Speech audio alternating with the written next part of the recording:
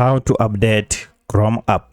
Now, if you want to get a smooth running of your Chrome app and fix most of the problems that you are experiencing, the best thing to do is to go ahead and update your Chrome app. This will help you get Chrome app with the latest features and an app that has no bugs or issues.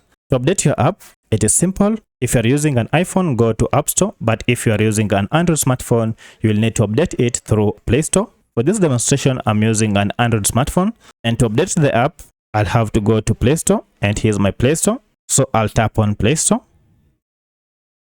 And then under search here, go ahead and look for Chrome.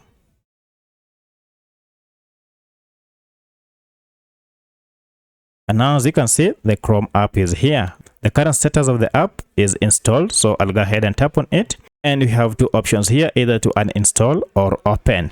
If your app is not up to date, you will not see open here, but instead it will be written update. Now go ahead and tap on update from here. And then this will proceed and download the latest version of Google Chrome to your Android smartphone. Once you are done, now you'll get this function open.